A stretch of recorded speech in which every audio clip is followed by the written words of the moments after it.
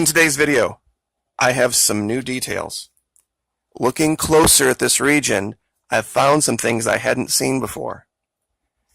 Starting over here to the right, this giant cave opening where we found what looks like the image of a seated giant, and, more importantly, we found footprints that match the size of the image of the individual, whatever it is. There is a second set of footprints that I missed. Over here to the left, there is a smaller cave opening, and by smaller, it's 30 feet tall. So to you or I, it would be a major opening.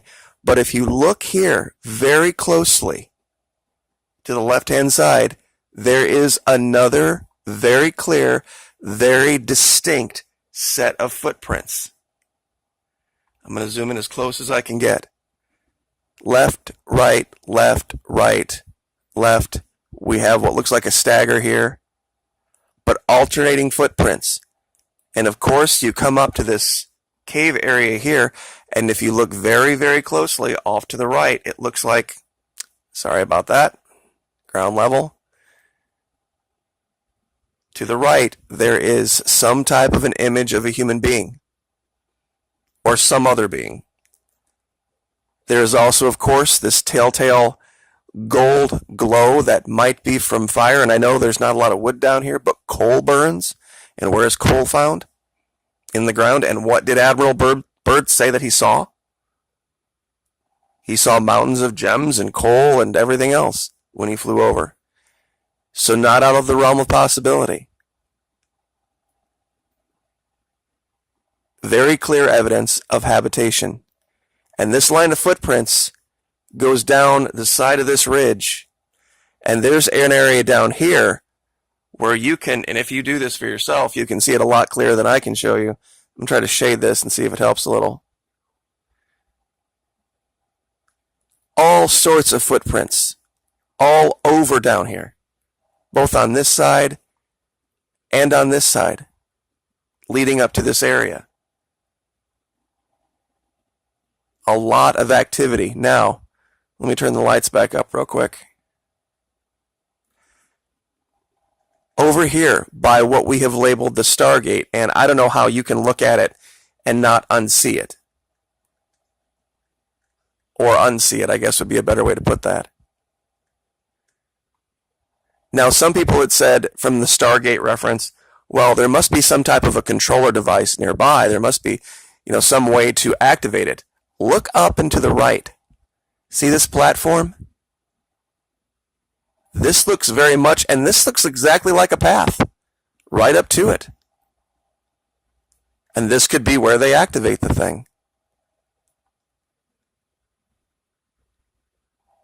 And guys, I know this might just be a figment, but let me see if I can get this to clear up. At this zoom level, it's very difficult to maintain the focus.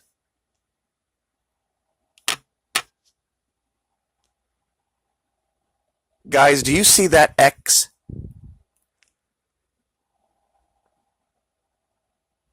I didn't put that there. There's no way to do that in Google Earth Pro. There is a clear, perfect X right by this location. I've never seen anything like it. Let me get it center screen. That is not natural. That is not normal. Something created that.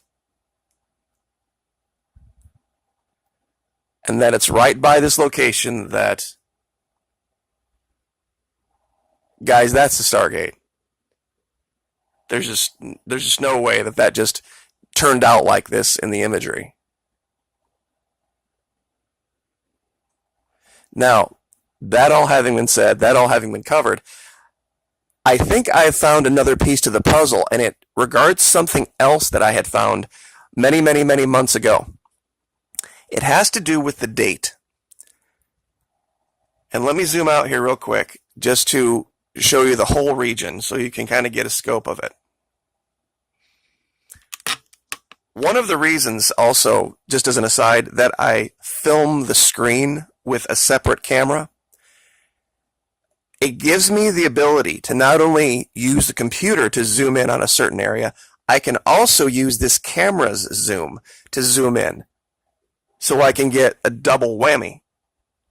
If you were just using screen recording software, you can't do that. I mean, you can highlight certain areas and move over to them, but you can't cover it like you can with this. And I know at times it can be blurry and a little annoying, but we've uncovered a great deal doing this technique. Now, this is the imagery from March 25th, 2011. This is the imagery from 12 of 2010. A massive change happened in that 3 to 4 month period. Now, what else happened in the world in March of 2011? That's right. The Japanese earthquake. Now, real quick, let me hop over there real quick. There we go. One of the most devastating earthquakes that's ever happened on the planet. And with the collapse of the nuclear reactor, it contaminated the oceans. Now follow me. We're going to go someplace that's going to take a little bit of thought and a little bit of belief. Here is Japan. Up here is where that disaster happened. Now down here, I have outlined a little area using this is the Google Earth web-based program. This square that you're looking at is large enough to fit 10 islands of Manhattan on the seafloor. It is 5 miles deep. The reason I've done this is so that people can see how big, how vast, and how deep this trench is along the coast of Japan. It is hundreds of kilometers long. It is as deep as airliners fly high. 5 miles. And in this tiny little yellow dot right here, you could fit 10 islands of Manhattan, and we wouldn't know about it. The vast majority of our deep oceans are not explored, and they don't have any idea. Even when they went to the bottom of the Marianas Trench, they explored an area that you could fit inside first, second, third base, and home plate. The infield of a baseball diamond. That's the majority of the area they explored. And in this little dot is 10 islands of Manhattan. Now,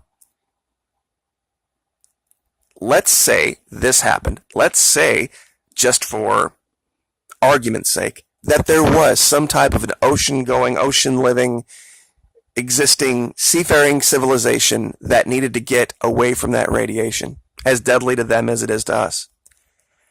Watch what happens if you follow the trench all the way around here, through here,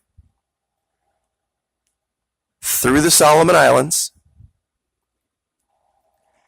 and you just stay in that deep trench all the way around. You could go around this way or you could go around this way.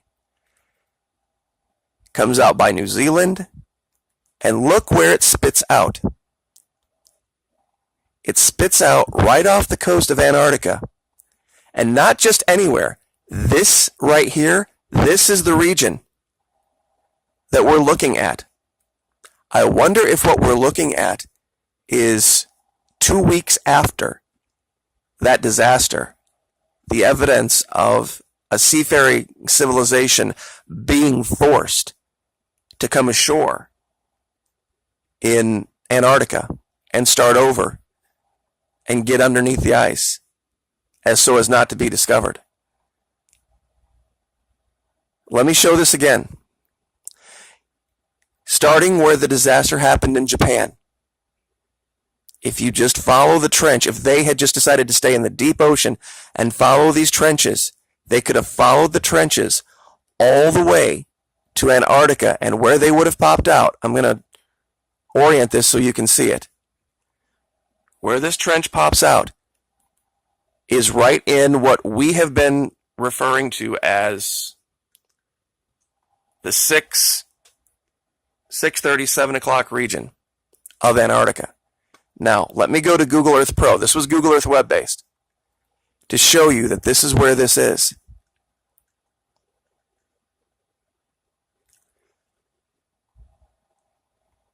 Let me reorient this.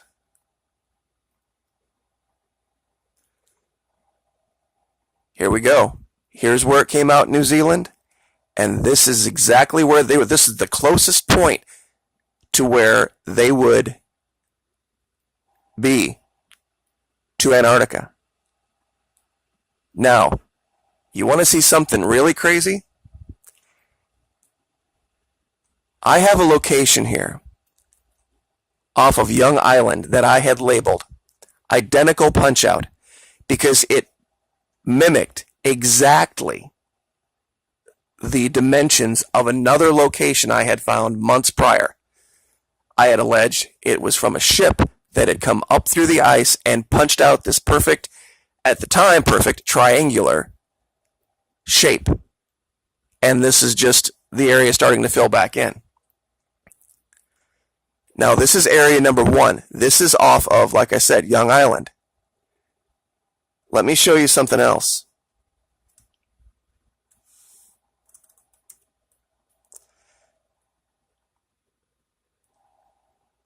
We're going to fly over to the other side.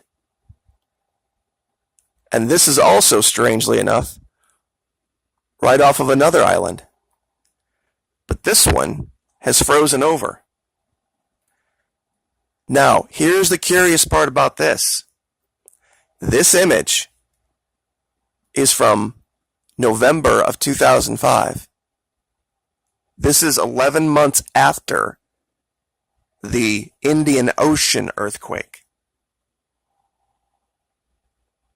If they had taken an image here, even 6 or 8 months prior, they didn't, unfortunately, you would have seen an exact same image that you saw at the other location. It looks like when there are these major earthquake events, it causes seafaring civilization types to become more active and leave the oceans. It affects them as much as it affects us. So look at that shape. The dimensions are identical. I had measured them in another video.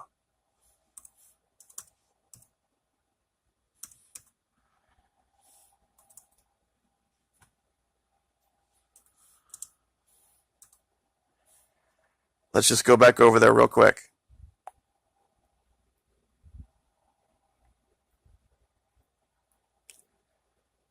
It's the exact same shape, just facing the other way.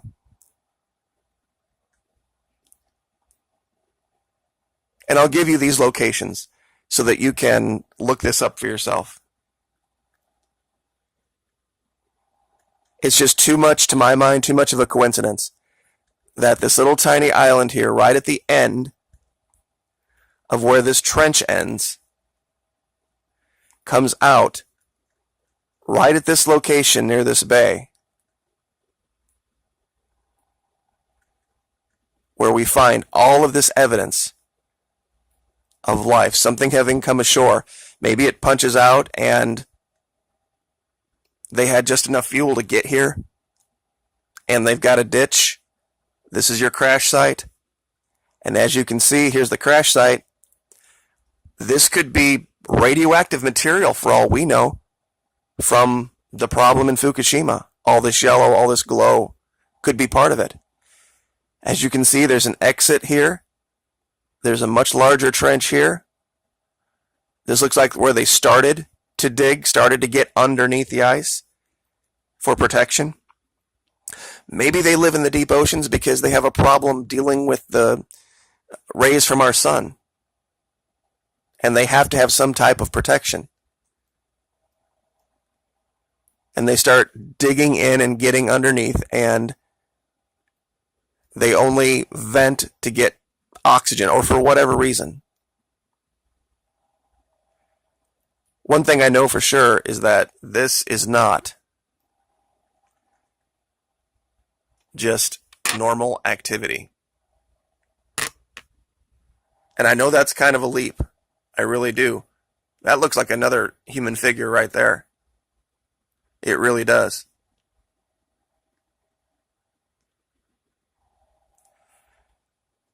But the Fukushima disaster happening only 3 or 4 months before the change in the imagery down here, and that they decided to point a satellite at this location and develop it in high res, shows that maybe somebody knew. Somebody absolutely knew that this happened, that they had followed them, and maybe they've been studying them. It would explain a lot about Carrie's trips. It would just one more piece to the puzzle. But once again, a second set of footprints. Over here, the correlation with Fukushima, the trench that runs all the way from Japan to this location, and the punch out through the ice. That's identical to another one that correlates with the Indian Ocean earthquake. It's pretty much all there if you want to see it. If you're willing to have an open mind. And I guess we'll just leave that there. Like, share, subscribe.